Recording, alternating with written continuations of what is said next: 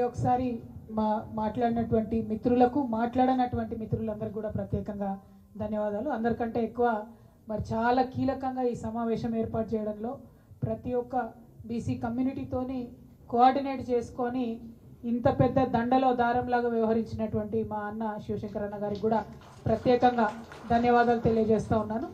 మరి ఇవాళ మేమందరం పదే పదే చెప్పినటువంటి మాట ఒకటే, మీరేదైతే మాట ఇచ్చిండ్రో లోకల్ బాడీ ఎలక్షన్స్కి వెళ్ళే కన్నా ముందు బీసీల రిజర్వేషన్ ఇవ్వకుండా వెళ్ళడానికి లేదు.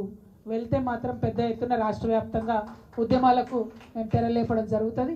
రెండవది 42% అని మీరు చెప్పిండ్రు, అది ఏ ప్రాతిపదికన చెప్పిరో ఎందుకు చెప్పిండ్రో కనీసం మీకన్నా తెలుసా అని కాంగ్రెస్ పార్టీని వాళ్ళు మేము ప్రశ్నిస్తూ, మరి నిజంగానే మీరు చేసినటువంటి లెక్కలు కరెక్ట్ అయితే, బీసీ కమిషన్ ద్వారా మీరు చేసినటువంటి ఎన్యూమరేషన్ కరెక్ట్ అయితే, ఎంత బీసీ జనాభా ఉందో చెప్పిన తర్వాతనే రిజర్వేషన్ల అంశాల పట్ల ప్రజలలో చర్చ పెట్టిన తర్వాతనే ఎన్నికలకు వెళ్ళాలి అని చెప్పేటటువంటి డిమాండ్ ఇంకొకటి. మరి ఇప్పుడు సావిత్రిబాయి పూలే గారి జయంతి రాబోతా ఉంది. ఆనాడు చాలా పెద్ద ఎత్తున ఒక మహాసభను మేము ఇందిరా పార్క్ దగ్గర నిర్వహిస్తాం. ఇట్లా ఇప్పుడు వచ్చినటువంటి వారందరూ ఒక వ్యక్తులు కాదు, ఒక్కొక్క శక్తి. మరి ఆ సమాజాలన్నీ కూడా ఆనాడు కదిలి రావాలని చెప్పి నేను కోరుతా ఉన్నా.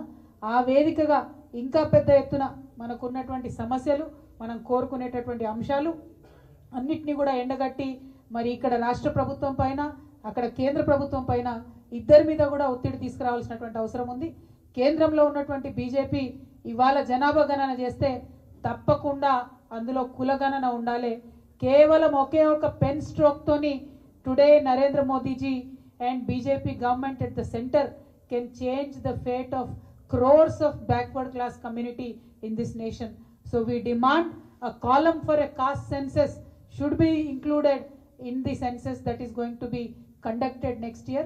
We demand from Telangana, among all these BC communities, we demand that the caste census should be done in this country. That can give us political representation, that can give us jobs, that can give us funds for the upliftment of these BC communities. So that is our fundamental demand. అదేవిధంగా రాష్ట్రంలో మరి ఏదైతే Congress party కామారెడ్డిలో ఇచ్చినటువంటి declaration ఉందో దాన్ని యథాతథంగా అమలు చేయాలని చెప్పి డిమాండ్ చేస్తూ ఉన్నాం. అంతకుముందు ఉన్నటువంటి ప్రభుత్వంలో బీఆర్ఎస్ ప్రభుత్వం చేపట్టిన అనేక కార్యక్రమాలను అర్ధాంతరంగా అర్థం లేకుండా నిలిపివేసినటువంటి పనులన్నీ కూడా సాఫీగా కొనసాగించాలి. అది గౌరవ భవన నిర్మాణాలైనా సరే, అది గొర్రెల పంపకమైనా సరే, నాణ్యమైన చేప పిల్లలు వేసేదైనా సరే, బీసీ గురుకులాలను మరి చక్కగా నిర్వహించడమైనా సరే, ప్రభుత్వం మారినంత మాత్రాన పథకాలు ఆపితే ఇబ్బంది పడేది ప్రజలు అన్నటువంటి విషయాన్ని ఇప్పుడున్నటువంటి ప్రభుత్వం గుర్తించాలని చెప్పి మరొక మారు డిమాండ్ చేస్తూ, మరి పెద్ద ఎత్తున ఇవాళ బీసీలందరూ కూడా కదిలినారు. బహుజనులందరూ కూడా కదిలితే మరి ఎట్లా ఉంటుంది అనేటటువంటి విషయం ఇవాళ ఒక ట్రైలర్గా శాంపుల్గానే చూపిస్తూ ఉన్నాం.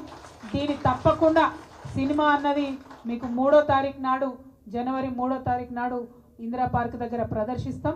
మా డిమాండ్లను యథాతథంగా ప్రజల పక్షాన ఆలోచించి నిర్ణయం తీసుకోవాల్సిందిగా ఈ ప్రభుత్వాన్ని కోరుతూ, జై తెలంగాణ, జై తెలంగాణ.